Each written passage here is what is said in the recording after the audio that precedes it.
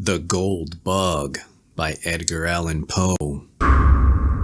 What ho, what ho, this fellow is dancing mad. He hath been bitten by the tarantula. All in the wrong. Many years ago, I contracted an intimacy with a Mr. William Legrand.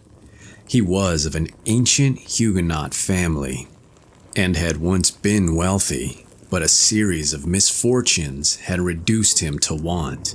To avoid the mortification consequent upon his disasters, he left New Orleans, the city of his forefathers, and took up his residence at Sullivan's Island, near Charleston, South Carolina. This island is a very singular one. It consists of little else than the sea sand, and is about 3 miles long. Its breadth at no point exceeds a quarter of a mile. It is separated from the mainland by a scarcely perceptible creek, oozing its way through a wilderness of reeds and slime, a favorite resort of the marsh hen. The vegetation, as might be supposed, is scant, or at least dwarfish. No trees of any magnitude are to be seen. Near the western extremity, where Fort Moultrie stands, and where are some miserable frame buildings, tenanted during summer by the fugitives from Charleston dust and fever, may be found indeed the bristly palmetto, but the whole island, with the exception of this western point, and a line of hard, white beach on the sea coast, is covered with a dense undergrowth of the sweet myrtle so much prized by the horticulturists of England. The shrub here often attains the height of 15 or 20 feet, and forms an almost impenetrable coppice, burthening the air with its fragrance. In the inmost recess of the coppice, not far from the eastern or more remote end of the island, Legrand had built himself a small hut, which he occupied when I first, by mere accident, made his acquaintance. This soon ripened into friendship, for there was much in the recluse to excite interest and esteem. I found him well educated, with unusual powers of mind, but infected with misanthropy, and subject to perverse moods of alternate enthusiasm and melancholy. He had with him many books, but rarely employed them. His chief amusements were gunning and fishing, or sauntering along the beach and through the myrtles in quest of shells or entomological specimens. His collection of the latter might have been envied by Swammerdam. In these excursions he was usually accompanied by an old Negro called Jupiter, who had been manumitted before the reverses of the family, but who could be induced, neither by threats nor by promises, to abandon what he considered his right of attendance upon the footsteps of his young Massa Will. It is not improbable that the relatives of Legrand, conceiving him to be somewhat unsettled in intellect, had contrived to instill this obstinacy into Jupiter, with a view to supervision and guardianship of the wanderer. The winters in the latitude of Sullivan's Island are seldom, very severe, and in the fall of the year, it is a rare event indeed when a fire is considered necessary. About the middle of October, 18, there occurred, however, a day of remarkable chilliness. Just before sunset, I scrambled my way through the evergreens to the hut of my friend, whom I had not visited for several weeks, my resident being at that time in Charleston, a distance of 9 miles from the island, while the facilities of passage and repassage were very far behind those of the present day. Upon reaching the hut, I rapped, as was my custom, and getting no reply, sought for the key where I knew it was secreted, unlocked the door, and went in. A fine fire was blazing upon the hearth. It was a novelty, and by no means an ungrateful one. I threw off an overcoat, took an armchair by the crackling logs, and awaited patiently the arrival of my hosts. Soon after dark they arrived, and gave me a most cordial welcome, Jupiter grinning from ear to ear, bustled about to prepare some marsh hens for supper. Legrand was in one of his fits, how else shall I term them, of enthusiasm. He had found an unknown bivalve, forming a new genus, and more than this, he had hunted down and secured with Jupiter's assistance a scarabaeus which he believed to be totally new, but in respect to which he wished to have my opinion on the morrow. And why not tonight? I asked, rubbing my hands over the blaze and wishing the whole tribe of scarabaei at the devil. Ah, if I had only known you were here, said Legrand. But it's so long since I saw you, and how could I foresee that you would pay me a visit this very night of all others? As I was coming home, I met Lieutenant G from the fort, and very foolishly, I lent him the bug, so it will be impossible for you to see it until the morning. Stay here tonight, and I will send Jupe down for it at sunrise. It is the loveliest thing in creation. What? Sunrise? Nonsense, no. The bug. It is of a brilliant gold color, about the size of a large hickory nut, with 2 jet black spots near one extremity of the back, and another somewhat longer at the other. The antennae are. Dey ain't no tin in him, Massa Will. I keep a tellin' on you. Here interrupted Jupiter. The bug is a google bug, solid every bit of him inside, and all 'cept him wing. Never fell half so heavy a bug in my life. Well, suppose it is, Jupe, replied Legrand, somewhat more earnestly it seemed to me than the case demanded. Is that any reason for your letting the birds burn? The color, here he turned to me, is really almost enough to warrant Jupiter's idea. You never saw more brilliant metallic luster than the scales emit. But of this you cannot judge till tomorrow. In the meantime I can give you some idea of the shape. Saying this, he seated himself at a small table, on which were a pen and ink, but no paper. He looked for some in a drawer, but found none. Never mind, he said at length. This will answer. And he drew from his waistcoat pocket a scrap of what I took to be very dirty foolscap, and made upon it a rough drawing with the pen. While he did this, I retained my seat by the fire, for I was still chilly. When the design was complete, he handed it to me without rising. As I received it, a loud growl was heard, succeeded by a scratching at the door. Jupiter opened it, and a large Newfoundland belonging to Legrand rushed in and loaded me with caresses, for I had shown him much attention during previous visits. When his gambols were over, I looked at the paper and, to speak the truth, found myself not a little puzzled at what my friend had depicted. Well, I said, after contemplating it for some minutes, this is a strange scarabaeus, I must confess. New to me. Never saw anything the like it before, unless it was a skull or a death's head, which it more nearly resembles than anything else that has come under my observation. A death's head, echoed Legrand. Oh yes. Well, it has something of that appearance upon paper, no doubt. The 2 upper black spots look like eyes, and the longer one at the bottom like a mouth, and then the shape of the whole is oval.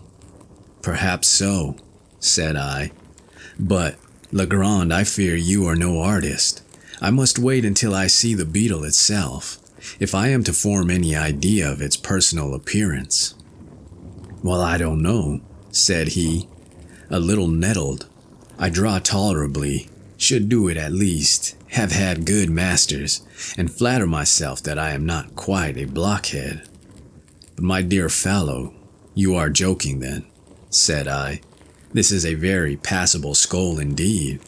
I may say that it is a very excellent skull, according to the vulgar notions about some specimens of physiology, and your scarabaeus must be the queerest scarabaeus in the world if it resembles it. Why, we may get up a very thrilling bit of superstition upon this hint. I presume you will call the bug Scarabaeus capus hominis, or something of that kind. There are many familiar titles in the natural histories, but where are the antennae you spoke of? The antennae, said Legrand, who seemed to be getting uncountably warm upon the subject. I am sure you must see the antennae. I made them as distinct as they are in the original insect, and I presume that is sufficient. Well, well, I said. Perhaps you have, still I don't see them. And I handed him the paper without additional remark, not wishing to ruffle his temper, but I was much surprised at the turn of affairs had taken. His ill humor puzzled me, and as for the drawing of the beetle, there were positively no antennae visible, and the whole did bear a very close resemblance to the ordinary cuts of a death's head. He received the paper very peevishly, and was about to crumble it, apparently to throw it into the fire, when a casual glance at the design seemed suddenly to rivet his attention. In an instant, his face grew violently red, in another as excessively pale. For some minutes he continued to scrutinize the drawing minutely where he sat. At length he arose, took a candle from the table, and proceeded to seat himself upon a sea chest in the farthest corner of the room. Here again he made an anxious examination of the paper, turning it in all directions. He said nothing, however, and his conduct greatly astonished me. Yet I thought it prudent not to exacerbate the growing moodiness of his temper by any comment. Presently he took from his coat pocket a wallet, placed the paper carefully in it, and deposited both in a writing desk, which he locked. He now grew more composed in his demeanor, but his original air of enthusiasm had quite disappeared. Yet he seemed not so much sulky as abstracted. As the evening wore away, he became more and more absorbed in reverie, from which no sallies of mine could arouse him. It had been my intention to pass the night at the hut, as I had frequently done before, but seeing my host in this mood, I deemed it proper to take leave. He did not press me to remain, but as I departed, he shook my hand with even more than his usual cordiality. It was about a month after this, and during the interval I had seen nothing of Legrand, when I received a visit at Charleston from his man Jupiter. I had never seen the good old Negro look so dispirited, and I feared that some serious disaster had befallen my friend. "Well, Jupe," said I, "what is the matter now? How is your master?" "Why, to speak the truth, massa, him not so very well as mought be." "Not well? I'm truly sorry to hear it. What does he complain of?" "Dah, that's it. Him never plain of nothing, but him very sick for all that." "Very sick? Jupiter, why didn't you say at once? Is he confined to bed?" "No, dat he ain't. He ain't fine no war. That's just whar the shoe pinch. My mind has got to be very heavy 'bout poor Massa Will." "Jupiter, I should like to understand what it is you are talking about. You say your master is sick. Hasn't he told you what ails him?" "Why, massa, 'tain't worthwhile for to get mad about the matter. Massa Will say nothing at all ain't the matter with him. But then what make him go about looking this there way, with he head down and he soldiers up and as white as a goose? And then he keep a siphon all the time." "Keeps a what, Jupiter?" "Keeps a siphon with the figures on the slate. The queerest figures I ever did see. I see getting to be scared, I tell you. Have for to keep mighty tight eye upon him movers. Totter, day he give me slip for the sun up, and was gone the whole of the blessed day. I had a big stick ready cut for to give him deuced good beating when he did come, but I see sich a fool that I hadn't the heart after all. He looks so very poorly. What? Yes, upon the whole, I think you had better not be too severe with the poor fellow. Don't flog him, Jupiter. He can't very well stand it. But can you from no idea of what has occasioned this illness, or rather this change of conduct? Has anything unpleasant happened since I saw you? No, massa, there ain't been nothing unpleasant since then. 'Twas for then. I fear 'twas the very day you was there. How? What do you mean? Why, massa, I mean the bug there now. The what? The bug. I bear certain that Massa Will been bit somewhere about the head by that gooly bug. And what cause have you, Jupiter, for such a supposition? Claws enough, massa, and mouth too. I never did see such a deuced bug. He kick and he bite everything who come near him. Massa Will catch him fuss, but have for to let him go and mighty quick. I tell you, then was the time he must have got the bite. I didn't like the look over that bug mouth myself nohow, so I wouldn't take hold over him with my finger, but catch him with a piece of paper that I found. I wrap him up in the paper and stuff a piece of it in my mouth. That was the way. And you think then that your master was really bitten by the beetle and that the bite made him sick? I don't think nothing about it. I knows it. What make him dream about the ghoulies so much? If 'tain't 'cause he bit by the ghoulie bug, it's a heard about them ghoulie bugs for this. But how do you know he dreams about gold? How I know? Why, 'cause he talk about it in his sleep. That's how I knows.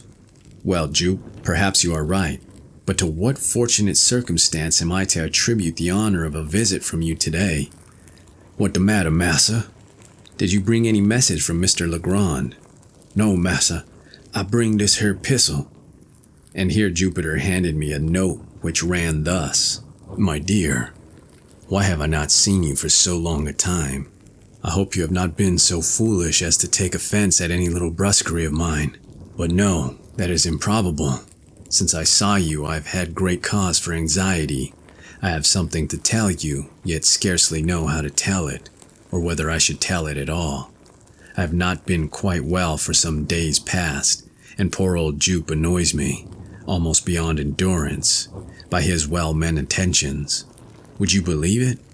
He had prepared a huge stick the other day, with which to chastise me for giving him the slip and spending the day solace among the hills on the mainland.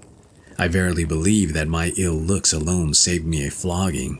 I have made no addition to my cabinet since we met. If you can, in any way, make it convenient, come over with Jupiter. Do come. I wish to see you tonight.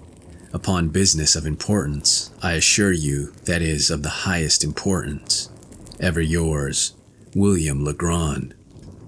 There was something in the tone of this note which gave me great uneasiness.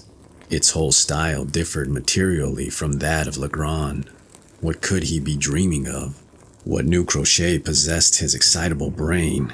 What business of the highest importance could he possibly have to transact? Jupiter's account of him boded no good.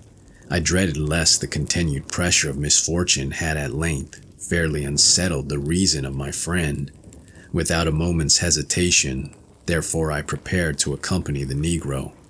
Upon reaching the wharf, I noticed a scythe and 3 spades, all apparently new, lying in the bottom of the boat in which we were to embark. What is the meaning of all this, Jupe? I inquired. Him scythe, massa, and spade. Very true. But what are they doing here?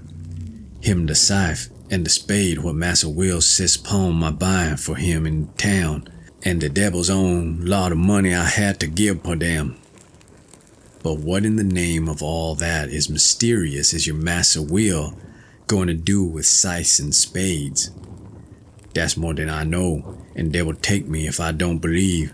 'Tis more than he know too, but it's all come o' the bug. Finding that no satisfaction was to be obtained of Jupiter, whose whole intellect seemed to be absorbed by the bug, I now stepped into the boat and made sail. With a fair and strong breeze, we soon ran into the little cove to the northward of Fulton Moultrie, and a walk of some 2 miles brought us to the hut. It was about 3 in the afternoon when we arrived. Legrand had been waiting us in eager expectation. He grasped my hand with a nervous empressment, which alarmed me and strengthened the suspicion already entertained. His countenance was pale even to ghastliness, and his deep-set eyes glared with unnatural luster. After some inquiries respecting his health, I asked him, not knowing what better to say, if he had yet obtained the scarabæus from Lieutenant G. "Oh yes," he replied, coloring violently. "I got it from him the next morning. Nothing should tempt me to part with the scarabæus. Do you know that Jupiter is quite right about it?" "In what way?" I asked with a sad foreboding at heart. "In supposing it to be a bug of real gold," he said with an air of profound seriousness, and I felt inexpressibly shocked. "This bug is to make my fortune," he continued with a triumphant smile, "to reinstate me in the family possessions. Is it any wonder, then, that I prize it, since fortune has thought fit to bestow it upon me? I have only to use it properly, and I shall arrive at the gold of which it is the index. Jupiter, bring me that scarabæus." "What, the bug, massa? I'd rather not go for trouble that bug. You must get him for your own self." Hereupon Legrand arose with a grave and stately air, and brought me the beetle from a glass case in which it was enclosed. It was a beautiful scarabæus, and at the time unknown to naturalists, of course a great prize in a scientific point of view. There were 2 round black spots near one extremity of the back, and a long one near the other. The scales were exceedingly hard and glossy, with all the appearance of burnished gold. The weight of the insect was very remarkable, and taking all things into consideration, I could hardly blame Jupiter for his opinion respecting it. But what to make of Legrand's concordance with that opinion, I could not, for the life of me, tell.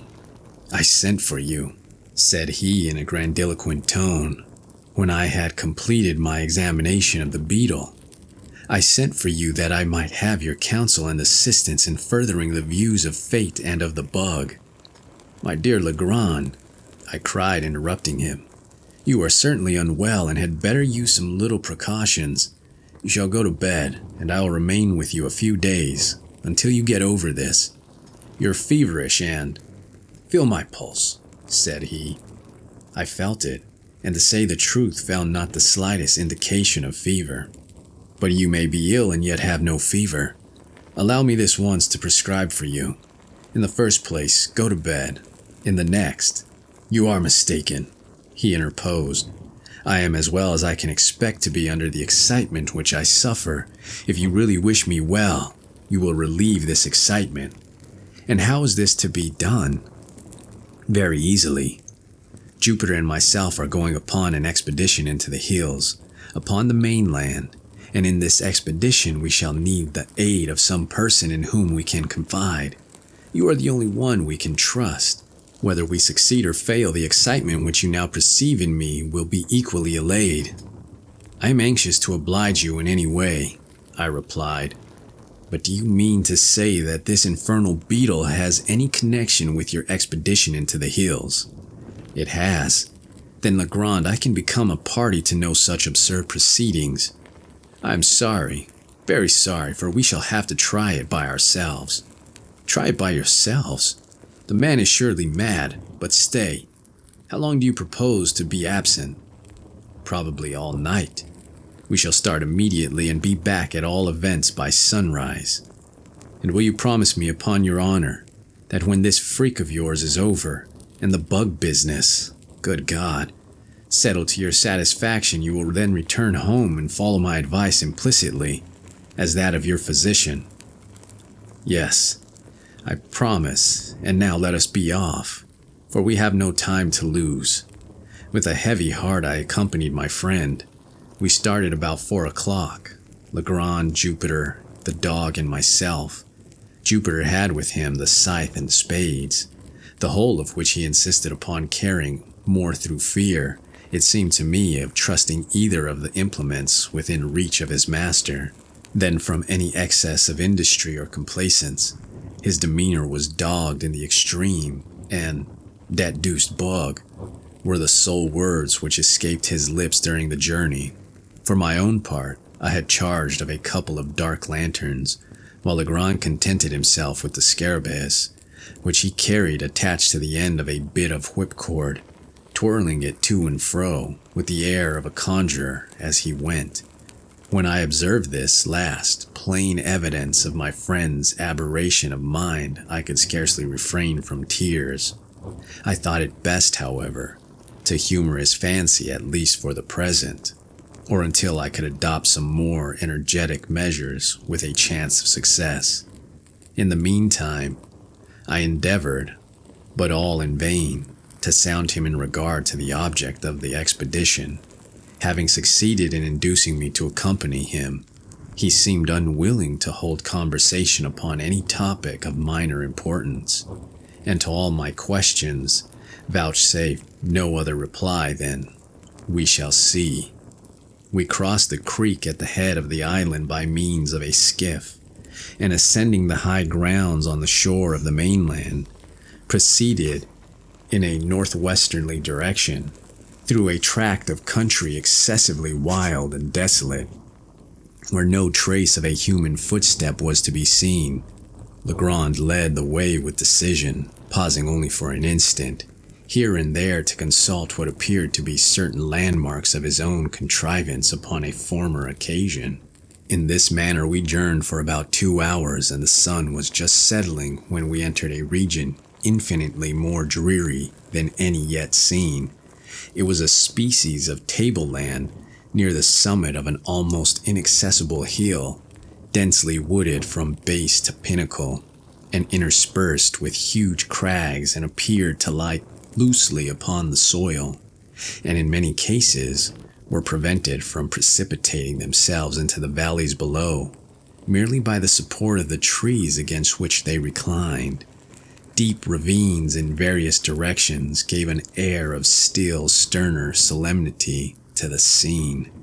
The natural platform to which we had clambered was thickly overgrown with brambles, through which we soon discovered that it would have been impossible to force our way but for the scythe, and Jupiter, by direction of his master, proceeded to clear for us a path to the foot of an enormously tall tulip tree, which stood with some 8 or 10 oaks upon the level and far surpassed them all, and all other trees which I had then never seen, in the beauty of its foliage and form, in the wide spread of its branches, and in the general majesty of its appearance. When we reached this tree, Legrand turned to Jupiter and asked him if he thought he could climb it. The old man seemed a little staggered by the question, and for some moments made no reply. At length he approached the huge trunk, walked slowly around it, and examined it with minute attention. When he had completed his scrutiny, he merely said, "Yes, massa, Jupe climb any tree he ever see in he life." "Then up with you as soon as possible, for it will soon be too dark to see what we are about." "How far must I go up, massa?" inquired Jupiter. "Get up the main trunk first, and then I will tell you which way to go. And here, stop. Take this beetle with you." "The bug, Massa Will, the goody bug," cried the Negro, drawing back in dismay. "What for must tote the bug way up the tree? If I do—" "If you are afraid, Jupe, a great big Negro like you, to take hold of a harmless little dead beetle, why you can carry it up by this string. But if you do not take it up with you in some way, I shall be under the necessity of breaking your head with this shovel." "What the matter now, massa?" said Jupe, evidently shamed into compliance. "Always want for to raise fuss with old nigger. Was only funnin' anyhow. Me fear the bug. What I cur for the bug." Here he took cautiously hold of the extreme end of the string, and maintaining the insect as far from his person as circumstances would permit, prepared to ascend the tree. In youth the tulip tree or Liriodendron tulipiferum, the most magnificent of American foresters, has a trunk peculiarly smooth and often rises to a great height without lateral branches. But in its riper age, the bark becomes gnarled and uneven, while many short limbs make their appearance on the stem. Thus the difficulty of ascension, in the present case, lay more in semblance than in reality. Embracing the huge cylinder as closely as possible, with his arms and knees, seizing with his hands some projections and resting his naked toes upon others, Jupiter, after one or two narrow escapes from falling, at length wriggled himself into the first great fork, and seemed to consider the whole business as virtually accomplished. The risk of the achievement was in fact now over, although the climber was some 60 or 70 feet from the ground. "Which way must go now, Massa Will?" he asked. "Keep up the largest branch, the one on the side," said Legrand. The Negro obeyed him promptly, and apparently with but little trouble, ascending higher and higher until no glimpse of his squat figure could be obtained through the dense foliage which enveloped him. Presently his voice was heard in a sort of hollow. "How much further is got for go?" "How high up are you?" asked Legrand. "Ever so fur," replied the Negro. "Can see the sky fra the top of the tree." "Never mind the sky, but attend to what I say. Look down the trunk and count the limbs below you on this side. How many limbs have you passed?" "1, 2, 3, 4, 5. I done passed 5 big limb, massa, pon the side." "Then go 1 limb higher." In a few minutes the voice was heard again, announcing that the 7th limb was attained. "Now, Jupe," cried Legrand, evidently much excited, "I want you to work your way out upon the limb as far as you can. If you see anything strange, let me know." By this time, what little doubt I might have entertained of my poor friend's insanity was put finally at rest. I had no alternative but to conclude him stricken with lunacy, and I became seriously anxious about getting him home. While I was pondering upon what was best to be done, Jupiter's voice was again heard. "Mos fur for the venture, pon this limb very far. 'Tis that limb putty much all the way." "Did you say it was a dead limb, Jupiter?" cried Legrand in a quavering voice. "Yes, massa, him dead as the doornail, done up for sartain, done departed her life." "What in the name of heaven shall I do?" asked Legrand, seemingly in the greatest distress. "Do," said I, glad of an opportunity to interpose a word. "Why, come home and go to bed. Come now. That's a fine fallow, it's getting late, and besides you remember your promise." "Jupiter," cried he, without heeding me in the least, "do you hear me?" "Yes, Massa Will, hear you ever so plain." "Try the wood well, then with your knife, and see if you think it very rotten." "Him rotten, massa, sure enough," replied the Negro in a few moments, "but not so very rotten as might be. Might venture out little way pon the limb by myself, that's true." "By yourself? What do you mean?" "Why, I mean the bug. 'Tis very heavy bug. S'pose I drop him down fuss, and then the limb won't break with just the weight of one nigger." "You infernal scoundrel," cried Legrand, apparently much relieved. "What do you mean by telling me such nonsense as that? As sure as you drop that beetle, I'll break your neck. Look here, Jupiter, do you hear me?" "Yes, massa, needn't hollow at po' nigger that style." "Well, now listen. If you will venture out on the limb as far as you think safe, and not let go the beetle, I'll make you a present of a silver dollar as soon as you get down." "I'm gwine, Massa Will. Dat I is," replied the Negro very promptly. "Mouse out to the end now." "Out to the end?" Here fairly screamed Legrand. "Do you say you are out to the end of that limb?" "Soon be to the end, massa. Oh, le grand mercy. What is this here pon the tree?" "Well," cried Legrand, highly delighted, "what is it?" "Why, 'tain't nothing but a skull, Somebody been left his head up their tree, and the crows done gobble every bit of the meat off. A skull, you say? Very well, how is it fastened to the limb? What holds it on? Sure enough, massa. Must look. Why, this very curious circumstance, 'pon my word. There's a great big nail in the skull, and fastens of it on the tree. Well now, Jupiter, do exactly as I tell you, do you hear? Yes, massa. Pay attention then. Find the left eye of the skull. Ho, that's good. Why, there ain't no eye left at all. Curse your stupidity. Do you know your right hand from your left? Yes, I know that. Know all about that. This my left hand what I chops the wood with. To be sure, you are left-handed, and your left eye is on the same side as your left hand. Now I suppose you can find the left eye of the skull, or the place where the left eye has been. Have you found it? Here was a long pause. At length the Negro asked, Is the left eye of the skull upon the same side as the left hand of the skull too? 'Cause the skull ain't got not a bit on the hand at all. Never mind. I got the left eye now. Here the left eye. What must do with it? Let the beetle drop through it, as far as the string will reach, but be careful and not let go your hold of the string. All that done, Massa Will. Mighty easy thing for to put the bug for the hole. Look out for him there below. During this colloquy, no portion of Jupiter's person could be seen, but the beetle, which he had suffered to descend, was now visible at the end of the string, and glistening like a globe of burnished gold, in the last rays of the setting sun, some of which still faintly illumined the eminence upon which we stood. The scarabaeus hung quite clear of any branches, and if allowed to fall, would have fallen at our feet.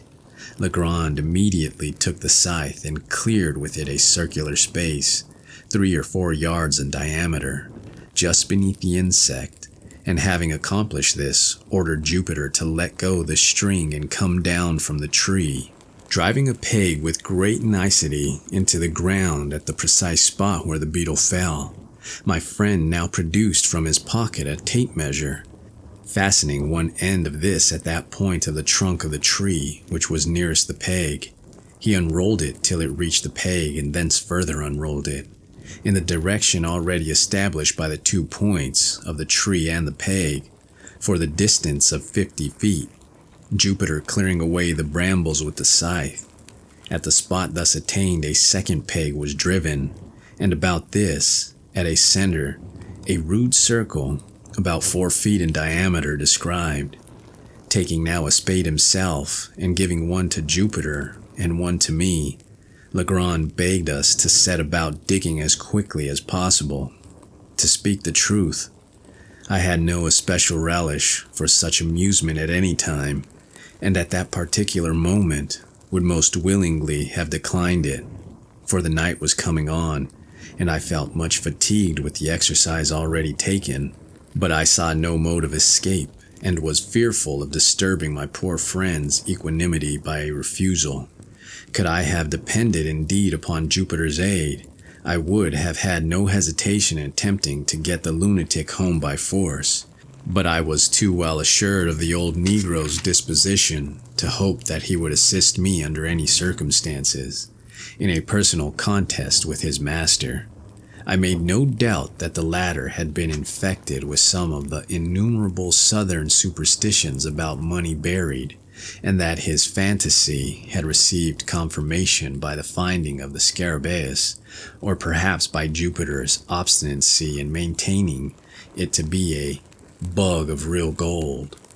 A mind disposed to lunacy would readily be led away by such suggestions, especially if chiming in with favorite preconceived ideas, and then I called to mind the poor fellow's speech about the beetle's being the index of his fortune. Upon the whole, I was sadly vexed and puzzled, but at length I concluded to make a virtue of necessity, to dig with good will, and thus the sooner to convince the visionary by ocular demonstration of the fallacy of the opinions he entertained. The lanterns having been lit, We all fell to work with a zeal worthy a more rational cause, and as the glare fell upon our persons and implements, I could not help thinking how picturesque a group we composed, and how strange and suspicious our labors must have appeared to any interloper who by chance might have stumbled upon our whereabouts. We dug very steadily for 2 hours. Little was said, and our chief embarrassments lay in the yelpings of the dog, who took exceeding interest in our proceedings. He at length became so obstreperous that we grew fearful of his giving the alarm to some stragglers in the vicinity, or rather this was the apprehension of Legrand. For myself, I should have rejoiced at any interruption which might have enabled me to get the wanderer home. The noise was at length very effectually silenced by Jupiter, who, getting out of the hole with a dog air of deliberation, tied the brute's mouth up with one of his suspenders, and then returned with a grave chuckle to his task. When the time mentioned had expired, we had reached a depth of 5 feet, and yet no signs of any treasure became manifest. A general pause ensued, and I began to hope that the farce was at an end. Legrand, however, although evidently much disconcerted, wiped his brow thoughtfully and recommenced. We had excavated the entire circle of 4 feet diameter, and now we slightly enlarged the limit and went to the farther depths of 2 feet. Still nothing appeared. The gold seeker, whom I sincerely pitied, at length clambered from the pit, with the bitterest disappointment imprinted upon every feature, and proceeded slowly and reluctantly to put on his coat, which he had thrown off at the beginning of his labor. In the meantime I made no remark. Jupiter, at a signal from his master, began to gather up his tools. This done, and the dog having been unmuzzled, we turned in profound silence towards home. We had taken perhaps a dozen steps in this direction, when, with a loud oath, Legrand strode up to Jupiter and seized him by the collar. The astonished negro opened his eyes and mouth to the fullest extent, let fall the spades, and fell upon his knees. "You scoundrel," said Legrand, hissing out the syllables from between his clenched teeth. "You infernal black villain! Speak, I tell you. Answer me this instant, without prevarication. Which is your left eye?" My golly, Massa Will, ain't this here my left eye for sartain?" roared the terrified Jupiter, placing his hand upon his right organ of vision and holding it there with a desperate pertinacity, as if in immediate dread of his master's attempt at a gouge. "I thought so, I knew it, huh!" vociferated Legrand, letting the negro go and executing a series of curvets and caracles, much to the astonishment of his valet, who, arising from his knees, looked mutely from his master to myself, and then from myself to his master. "Come, we must go back," said the latter. "The game's not up yet." And he again led the way to the tulip tree. "Jupiter," said he, when we reached its foot, "come here. Was the skull nailed to the limb with the face outward, or with the face to the limb?" "The face was out, massa, so that the crows could get at the eyes good, without any trouble." "Well then, was it this eye or that through which you dropped the beetle?" Here Legrand touched each of Jupiter's eye. "'Twas this eye, massa, the left eye, just as you tell me." And here it was his right eye that the negro indicated. "That will do. We must try again." Here my friend, about whose madness I now saw, or fancied that I saw, certain indications of method, removed the peg which marked the spot where the beetle fell to a spot about 3 inches to the westward of its former position. Taking now the tape measure from the nearest point of the trunk to the peg, as before, and continuing the extension in a straight line to the distance of 50 feet, a spot was indicated, removed by several yards from the point at which we had been digging. Around the new position a circle, somewhat larger than in the former instance, was now described, and we again set to work with the spade. I was dreadfully weary, but scarcely understanding what had occasioned the change in my thoughts. I felt no longer any great aversion from the labor imposed. I had become most unaccountably interested, nay, even excited. Perhaps there was something, amid all the extravagant demeanor of Legrand, some air of the forethought or of deliberation, which impressed me. I dug eagerly, and now and then caught myself actually looking with something that very much resembled expectation for the fancied treasure, the vision of which had demented my unfortunate companion at a period when such vagaries of thought most fully possessed me, and when we had been at work perhaps an hour and a half, we were again interrupted by the violent howlings of the dog. Uneasiness in the first instance had been evidently but the result of playfulness or caprice, but he now assumed a bitter and serious tone. Upon Jupiter's again attempting to muzzle him, he made furious resistance, and leaping into the hole, tore up the mound frantically with his claws.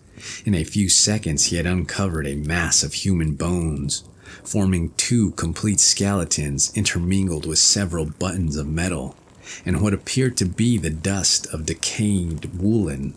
One or two strokes of a spade upturned the blade of the large Spanish knife, and as we dug farther, 3 or 4 loose pieces of gold and silver coin came to light. At sight of these, the joy of Jupiter could scarcely be restrained, but the countenance of his master wore an air of extreme disappointment. He urged us, however, to continue our exertions, and the words were hardly uttered when I stumbled and fell forward, having caught the toe of my boot in a large ring of iron that lay half buried in the loose earth. We now worked in earnest, and never did I pass 10 minutes of more intense excitement. During this interval we had fairly unearthed an oblong chest of wood, which from its perfect preservation and wonderful hardness had plainly been subjected to some mineralizing process, perhaps that of a bichloride of mercury. This box was 3 feet and a half long, 3 feet broad, and 2.5 feet deep. It was firmly secured by bands of wrought iron, riveted and forming a kind of open trellis work over the whole. On each side of the chest, near the top, were 3 rings of iron, 6 in all, by means of which a firm hold could be obtained by 6 persons. Our utmost united endeavor served only to disturb the coffer very slightly in its bed. We at once saw the impossibility of removing so great a weight. Luckily, the sole fastenings of the lid consisted of 2 sliding bolts. These we drew back, trembling and panting with anxiety. In an instant, a treasure of incalculable value lay gleaming before us. As the rays of the lanterns fell within the pit, there flashed upward a glow and a glare from a confused heap of gold and of jewels that absolutely dazzled our eyes. I shall not pretend to describe the feeling with which I gazed. Amazement was, of course, predominant. Legrand appeared exhausted with excitement and spoke very few words. Jupiter's countenance wore, for some minutes, as deadly a pallor as it is possible, in the nature of things, for any Negro's visage to assume. He seemed stupefied, thunder-stricken. Presently he fell upon his knees in the pit, and bearing his naked arms up to the elbows in gold, let them there remain, as if enjoying the luxury of a bath. At length, with a deep sigh, he exclaimed, as if in a soliloquy, "And this all come o' the gooly bug, the pooty gooly bug, the poor little gooly bug what I boozed in that savage kind o' style. Ain't you shamed of yourself, nigger? Answer me that." It became necessary at last that I should arouse both master and valet to the expediency of removing the treasure. It was growing late, and it behooved us to make exertion, that we might get everything housed before daylight. It was difficult to say what should be done, and much time was spent in deliberation. So confused were the ideas of all. We finally lightened the box by removing 2/3 of its contents. when we were enabled with some trouble to raise it from the hole. The articles taken out were deposited among the brambles, and the dog left to guard them, with strict orders from Jupiter, neither upon any pretense to stir from the spot, nor to open his mouth until our return, when then hurriedly made for home with the chest, reaching the hut in safety, but after excessive toil, at 1:00 in the morning. Worn out as we were, it was not in human nature to do more immediately. We rested until 2 and had supper, starting for the hills immediately afterward, armed with 3 stout sacks, which by good luck were upon the premises. A little before 4 we arrived at the pit, divided the remainder of the booty as equally as might be among us, and leaving the holes unfilled again, set out for the hut, at which for the second time we deposited our golden burthens, just as the first faint streaks of dawn gleamed from over the treetops in the east. We were now thoroughly broken down, but the intense excitement of that time denied us repose.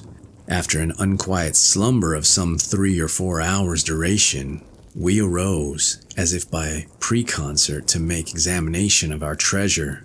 The chest had been full to the brim, and we spent the whole day and the greater part of the next night in a scrutiny of its contents.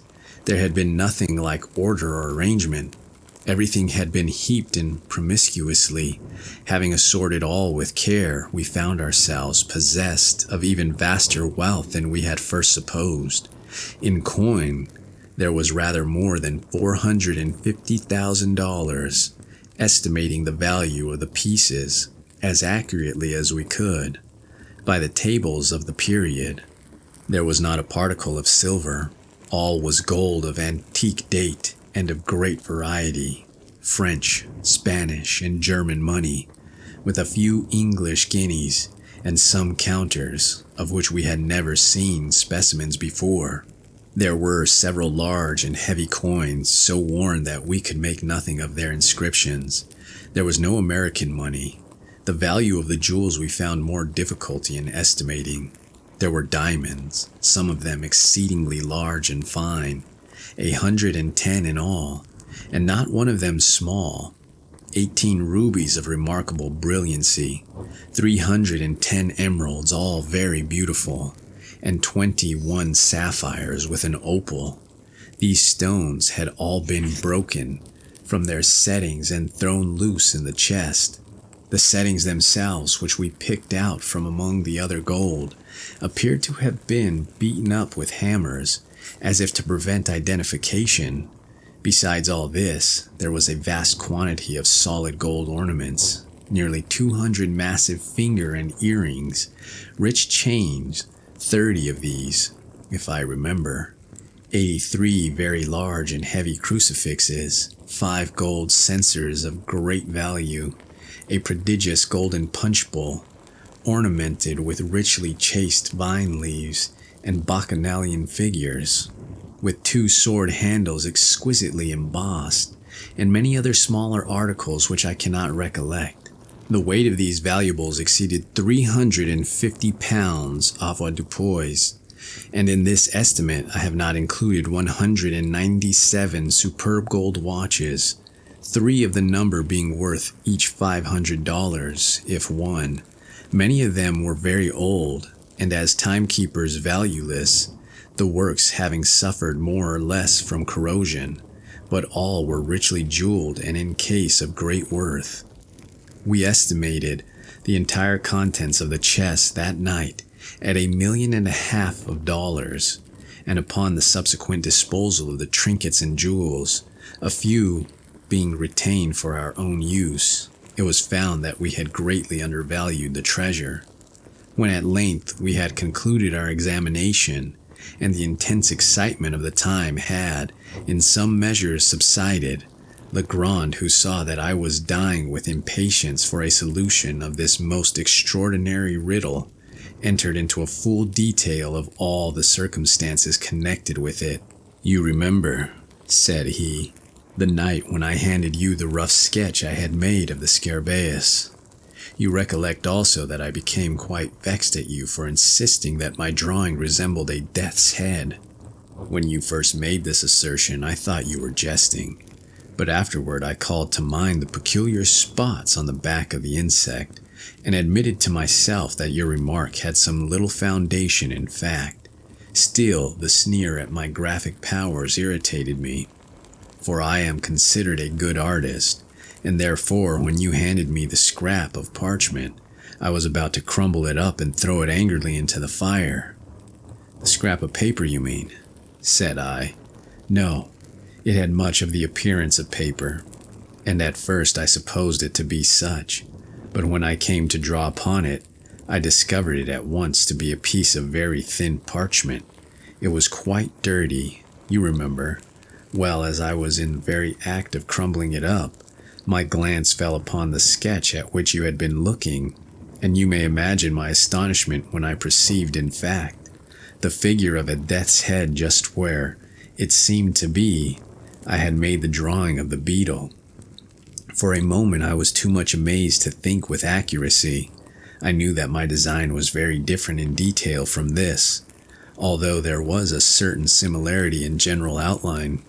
Presently I took a candle, and seating myself at the other end of the room, proceeded to scrutinize the parchment more closely. Upon turning it over, I saw my own sketch upon the reverse, just as I had made it.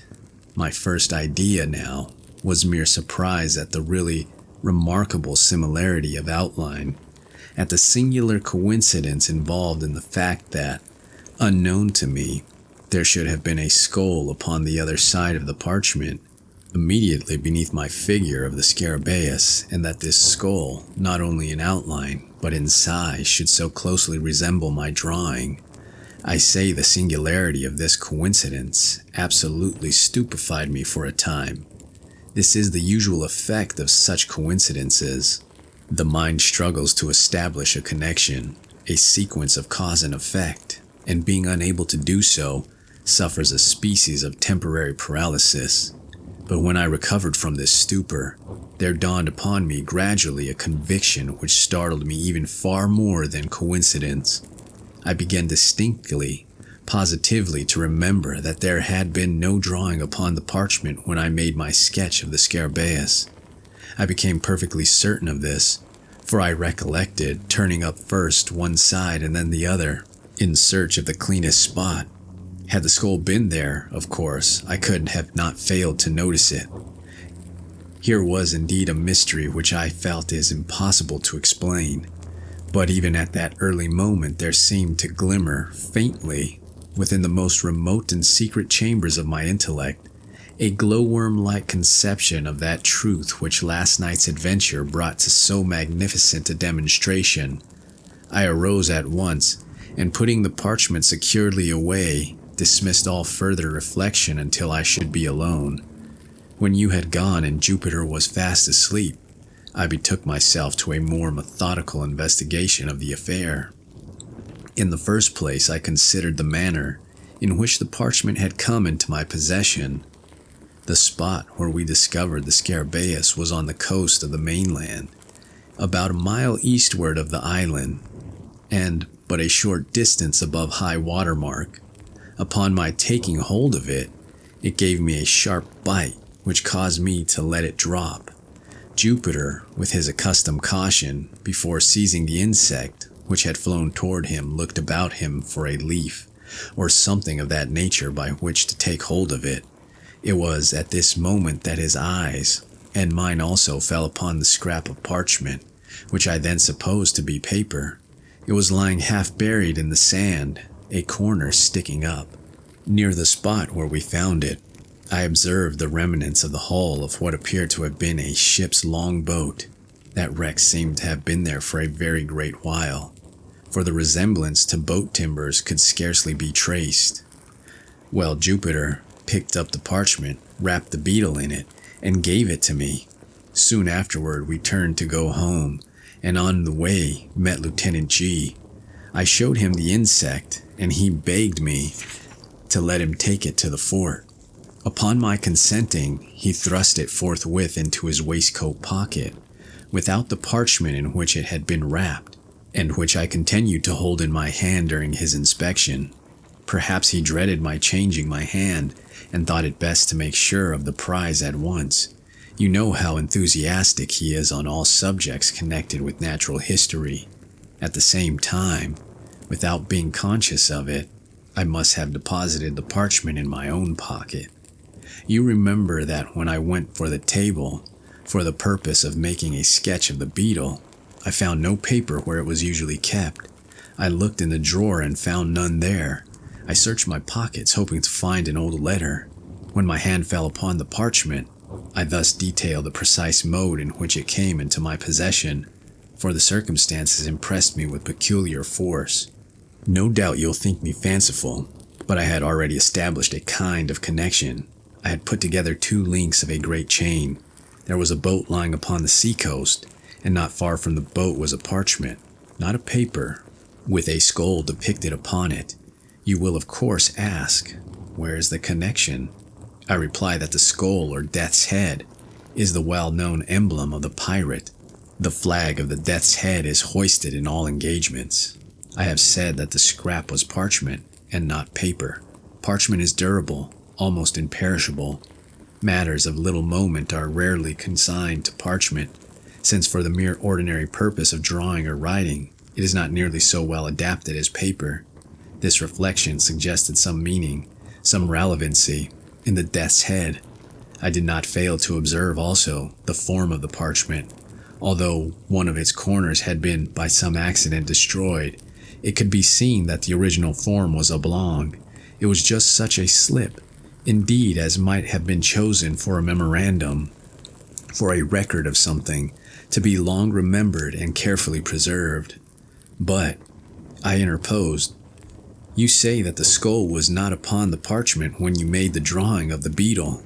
How then do you trace any connection between the boat and the skull, since this latter, according to your own admission, must have been designed, God only knows how or by whom, at some period subsequent to your sketching the Scarabaeus?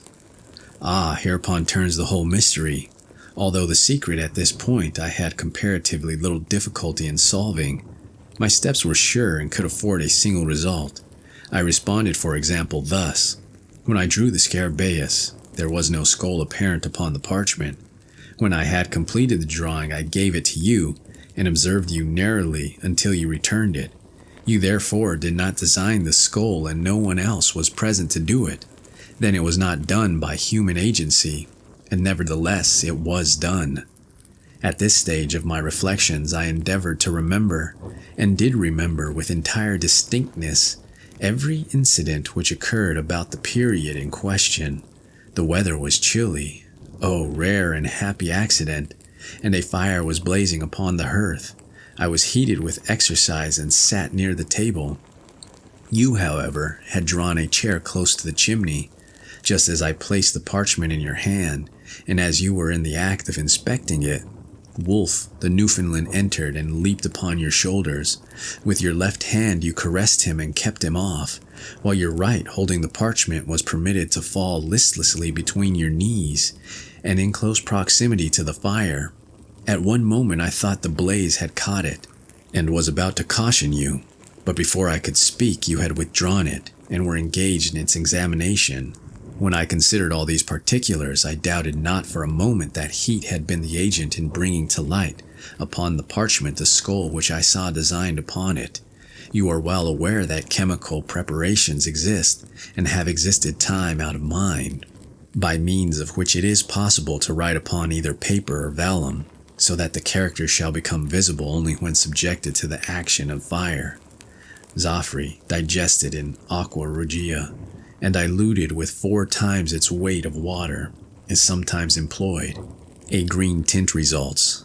The regulus of cobalt, dissolved in spirit of niter, gives a red. These colors disappear at longer or shorter intervals after the material written upon cools, but again become apparent upon the reapplication of heat. I now scrutinize the death's head with care. Its outer edges, the edges of the drawing nearest the edge of the vellum, were far more distinct than the others. It was clear that the action of the caloric had been imperfect or unequal.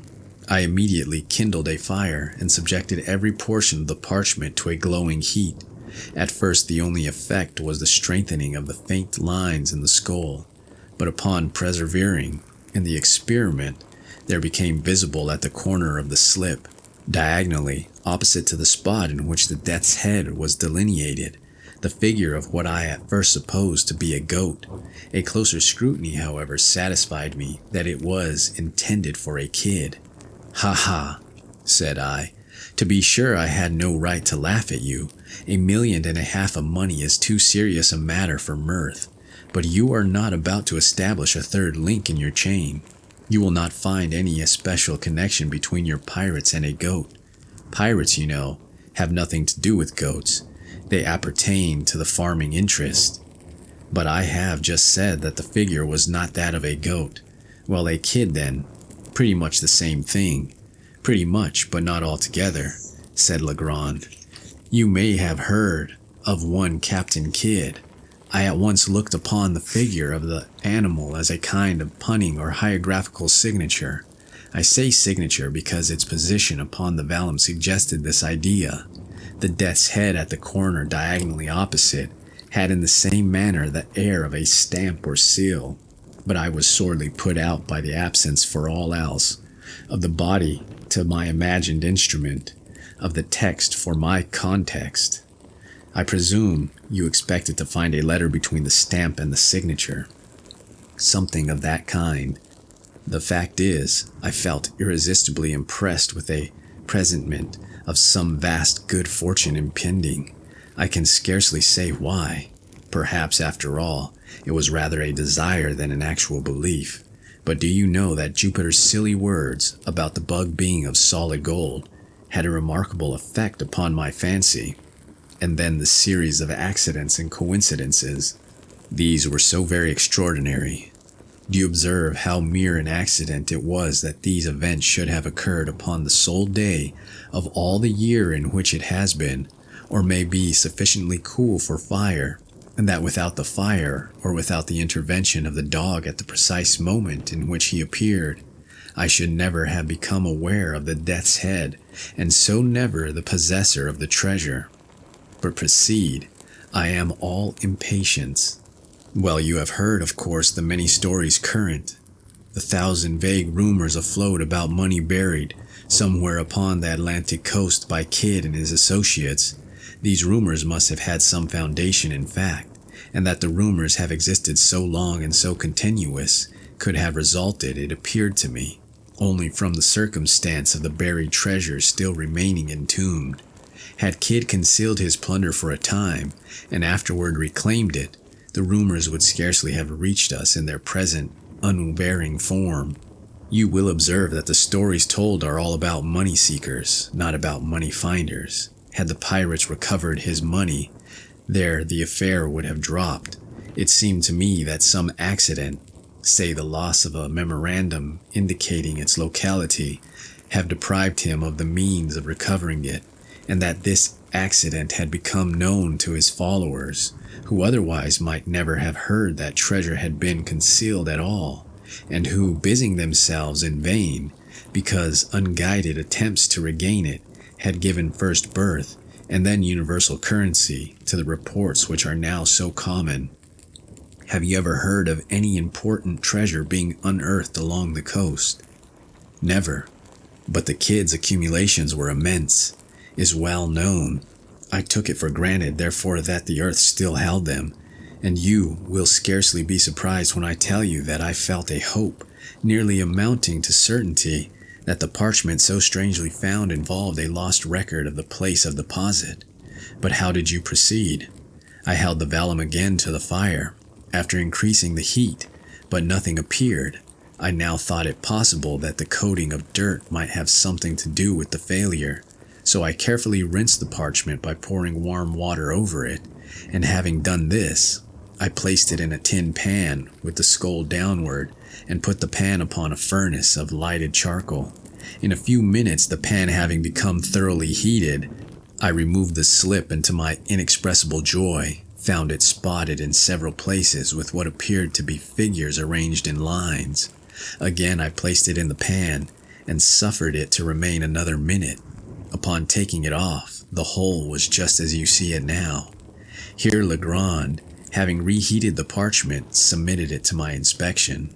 The following characters were rudely traced in a red tint between the death's head and the goat.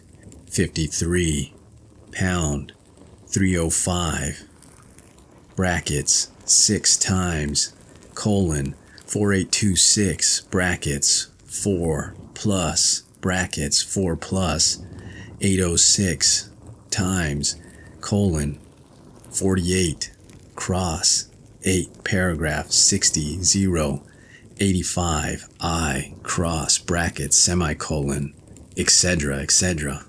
But, said I, returning him the slip, I am as much in the dark as ever. Were all the jewels of Golconda awaiting me upon my solution of this enigma, I am quite sure that I should be unable to earn them. And yet, said Legrand, the solution is by no means so difficult as you might be led to imagine from the first hasty inspection of the characters. These characters, as any one might readily guess from a cipher, that is to say, they convey a meaning. But then from what is known of Kidd, I could not suppose him capable of constructing any of the more abstruse cryptographs. I made up my mind at once that this was of a simple species, such, however, as would appear to the crude intellect of the sailor, absolutely insoluble without the key. And you really solved it. Readily. I have solved others of an abstruseness 10,000 times greater. Circumstances and a certain bias of mind have led me to take interest in such riddles, and it may well be doubted whether human ingenuity can construct an enigma of the kind which human ingenuity may not, by proper application, resolve. In fact, having once established connected and legible characters, I scarcely gave a thought to the mere difficulty of developing their import. In the present case, indeed in all cases a secret writing, the first question regards the language of the cipher, for the principles of solution, so far especially as the more simple ciphers are concerned, depend upon and are varied by genius of the particular idiom. In general, there is no alternative but experiment, directed by probabilities, of every tongue known to him who attempts the solution until the true one be attained. But with the cipher now before us, all difficulty was removed by signature. The pun upon the word kid is appreciable in no other language than the English. But for this consideration I should have begun my attempts with the Spanish and French, as the tongues in which a secret of this kind would most naturally have been written by a pirate of the Spanish Main. As it was, I assumed the cryptograph to be English. You observe there are no divisions between the words. Had there been divisions, the task would have been comparatively easy. In such cases, I should have commenced with a collation, an analysis of the shorter words, and, had a word of a single letter occurred, as it most likely, A or I, for example, I should have considered the solution as assured. But there being no division, my first step was to ascertain the predominant letters, as well as the least frequent. Counting all, I constructed a table thus. Of the characters 8, there are 33 colons, semicolons 26, 4, 19, crosses 16, multiples 13, 5, 12, 6, 11, cross an I, 8, little o, 6, 9, 2, 5, colon 3, 4, question mark 3, paragraph 2, dash 1. Now in English, the letter which most frequently occurs is E. Afterward, the succession runs thus: A, O, I, D, H, N, R, T, U, Y, C, F, G, L, M, W, B, K, P, Q, X, Z. E predominates so remarkably that an individual sentence of any length is rarely seen in which it is not prevailing character. Here, then, we have in the very beginning the groundwork for something more than a mere guess. The general use which may be made of the table is obvious, but in this particular cipher we shall only very particularly require its aid. As our predominant character is 8, we will commence by assuming it has the E of the natural alphabet. To verify the supposition, let us observe if the 8 be seen often in couples, for E is doubled with great frequency in English, in such words, for example, as meet, fleet, speed, seen, been, agreed, etc. In the present instance, we see it doubled no less than 5 times, although the cryptograph is brief. Let us assume 8, then, as E. Now, of all words in the language, the is most usual. Let us see, therefore, whether there are not repetitions of any 3 characters in the same order of collocation, the last of them being 8. If we discover repetitions of such letters so arranged, they will most probably represent the word the. Upon inspection, we find no less than 7 such arrangements, the characters being semicolon 48. We may therefore assume that semicolon represents T, 4 represents H, and 8 represents E, the last being now well confirmed. Thus a great step has been taken. But having established a single word, we are enabled to establish a vastly important point, that is to say, several commencements and terminations of other words. Let us refer, for example, to the last instance, but one, in which the combination semicolon 48 occurs, not far from the end of the cipher. We know that the semicolon immediately ensuing is the commencement of a word, and of the 6 characters succeeding this, the, we are cognizant of no less than 5. Let us set these characters down, thus by the letters we know them to represent, leaving a space for the unknown. T, eth. Here we are enabled at once to discard the th as forming no portion of the word commencing with the first T, since by experiment of the entire alphabet for a letter adapted to the vacancy, we perceive that no word can be formed of which this th can be a part.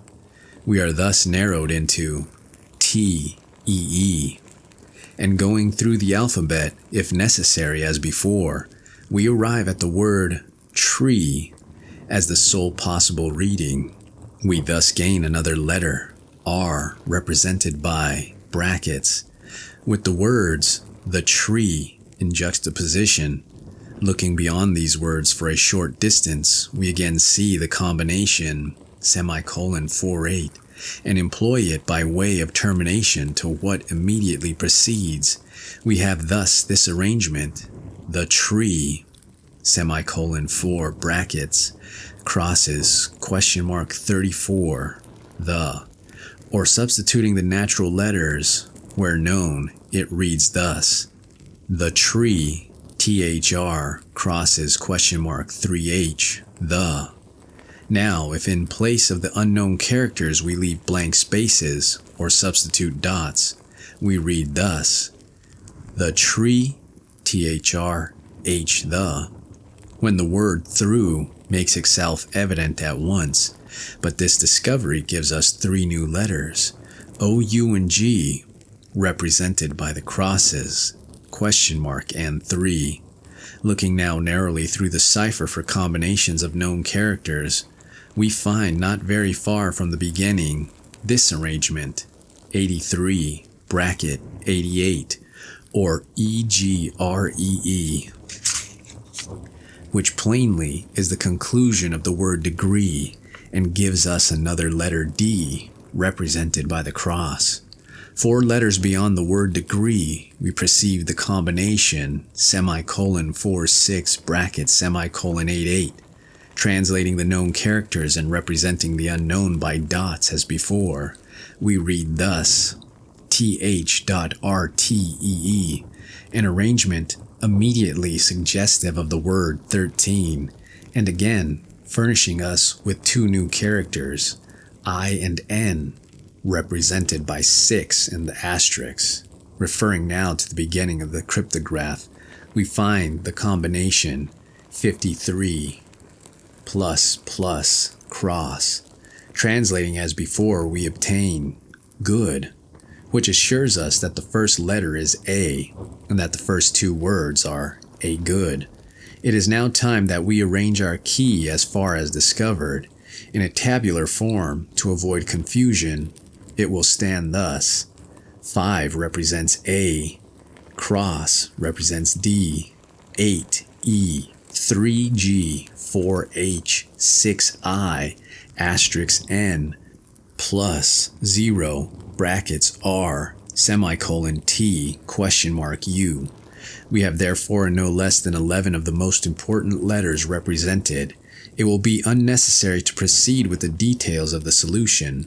I have said enough to convince you that ciphers of this nature are readily soluble, and to give you some insight into the rationale of their development. But be assured that the specimen before us appertains to the very simplest species of cryptograph. It now only remains to give you the full translation of the characters upon the parchment, as unriddled. Here it is. A good glass in the bishop's hostel in the devil's seat, 41 degrees and 13 minutes northeast, and by north, main branch, 7th limb, east side, shot from the left eye of the death's head, a beeline from the tree through the shot 50 feet out. But, said I, the enigma seems still in as bad a condition as ever. How is it possible to extort a meaning from all this jargon about devil's seats, death's head, and bishop's hostels? I confess, replied Legrand, that the matter still wears a serious aspect. When regarded with a casual glance, my first endeavor was to divide the sentence into the natural division intended by the cryptographist. You mean to punctuate it? Something of that kind. But how was it possible to effect this? I reflected that it had been a point with the writer to run his words together without division, so as to increase the difficulty of solution. Now, a not over-acute man, in pursuing such an object, would be nearly certain to overdo the matter. When in the course of his composition he arrived at a break in his subject, which would naturally require a pause or a point, he would be exceedingly apt to run his characters at this place more than usually close together. If you will observe the MS, in the present instance, you will easily detect 5 such cases of unusual crowding. Acting upon this hint, I made the division thus: a good glass in the bishop's hostel in the devil's seat, 41 degrees and 13 minutes, northeast and by north, main branch 7th limb east side, shoot from the left eye of the death's head, a beeline from the tree through the shot 50 feet out. Even the division, said I, leaves me still in the dark. It left me also in the dark, replied Legrand, for a few days, during which I made diligent inquiry in the neighborhood of Sullivan's Island for any building which went by the name of the Bishop's Hotel. For, of course, I dropped the obsolete word, hostel. Gaining no information on the subject, I was on the point of extending my sphere of search and proceeding in a more systematic manner, when one morning it entered into my head quite suddenly that the bishop's hostel might have some reference to an old family of the name of Bishop, which time out of mind had held possession of an ancient manor house about 4 miles to the northward of the island. I accordingly went over to the plantation and reinstituted my inquiries among the older Negroes of the place. At length, one of the most aged of the women said that she had heard of such a place as Bishop's Castle, and thought that she could guide me to it, but that it was not a castle, nor a tavern, but a high rock. I offered to pay her well for her trouble, and, after some demur, she consented to accompany me to the spot. We found it without much difficulty. When dismissing her, I proceeded to examine the place. The castle consisted of an irregular assemblage of cliffs and rocks, one of the latter being quite remarkable for its height as well as for its insulated and artificial appearance. I clambered to its apex, and then felt much at a loss as to what should be next done. While I was busied in reflection, My eyes fell upon a narrow ledge in the eastern face of the rock, perhaps a yard below the summit upon which I stood. This ledge projected about 18 inches and was not more than a foot wide, while a niche in the cliff just above it gave it a rude resemblance to one of the hollow-backed chairs used by our ancestors. I made no doubt that here was the devil's seat, alluded to it in the MS, and now I seemed to grasp the full secret of the riddle. The good glass, I knew, could have reference to nothing but a telescope, for the world glass is rarely employed in any other sense by seamen. Now here I at once saw was a telescope to be used in a definite point of view, admitting no variation from which to use it, nor did I hesitate to believe that the phrases 41 degrees and 13 minutes and northeast and by north were intended as directions for the leveling of the glass. Greatly excited by these discoveries, I hurried home, procured a telescope, and returned to the rock. I let myself down to the ledge and found that it was impossible to retain a seat upon it except in one particular position. This fact confirmed my preconceived idea. I proceeded to use the glass, of course. The 41 degrees and 13 minutes could allude to nothing but elevation above the visible horizon, since the horizontal direction was clearly indicated by the words northeast and by north. This latter direction I at once established by means of a pocket compass. Then, pointing the glass as nearly at an angle of 41 degrees of elevation as I could do it by guess, I moved it cautiously up or down until my attention was arrested by a circular rift or opening in the foliage of a large tree that overtopped its fallows in the distance. In the center of this rift, I perceived a white spot, but could not at first distinguish what it was. Adjusting the focus of the telescope, I again looked, and now made it out to be a human skull.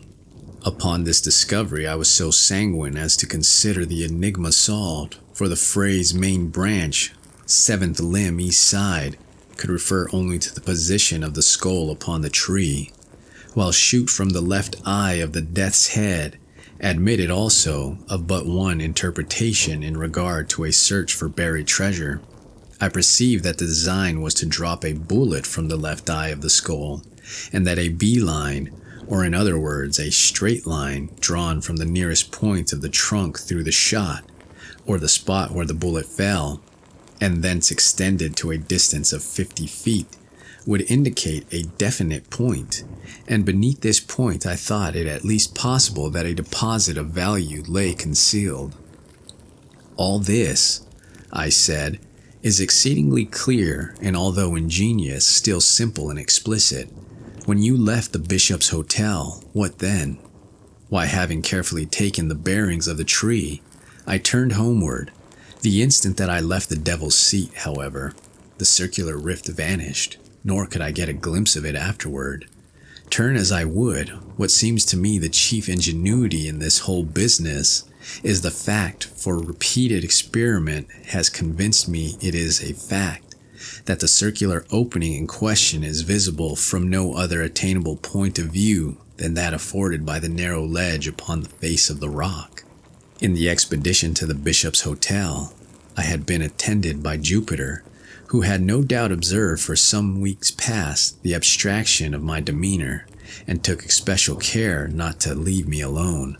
But on the next day, getting up very early, I contrived to give him the slip, and went into the hills in search of the tree, and after much toil I found it. When I came home at night, my valet proposed to give me a flogging. With the rest of the adventure, I believe you are as well acquainted as myself. I suppose, said I, you missed the spot in the first attempt at digging, through Jupiter's stupidity in letting the bug fall through the right instead of through the left eye of the skull. Precisely. This mistake made a difference of about 2 inches and a half in the shot, that is to say, in the position of the peg nearest the tree, and had the treasure been beneath the shot, the error would have been a little moment, but the shot together with the nearest point of the tree were merely 2 points for the establishment of a line of direction. Of course, the error, however trivial in the beginning, increased as we proceeded with the line, and by the time we had gone 50 feet, threw us quite off the scent. But for my deep-seated impressions, that treasure was here somewhere actually buried. We might have had all our labor in vain. But your grandiloquence and your conduct in swinging the beetle, how excessively odd. I was sure you were mad. And why did you insist upon letting fall the bug instead of a bullet from the skull? Why, to be frank, I felt somewhat annoyed by your evident suspicions touching my sanity, and so resolved to punish you quietly in my own way, by a little bit of sober mystification. For this reason I swung the beetle, and for this reason I let it fall from the tree. An observation of yours about its great weight suggested the latter idea. Yes, I perceive. And now there is only one point which puzzles me. What are we to make of the skeletons found in the hole? That is a question I am no more able to answer than yourself. There seems, however, only one plausible way of accounting for them, and yet it is dreadful to believe in such atrocity as my suggestion would imply. It is clear that Kidd, if Kidd indeed secreted this treasure, which I doubt not, it is clear that he must have had assistance in the labor, but this labor concluded, he may have thought it expedient to remove all participants in his secret. Perhaps a couple of blows with a mattock were sufficient. While his coadjutors were busy in the pit, perhaps it required a dozen. Who shall tell?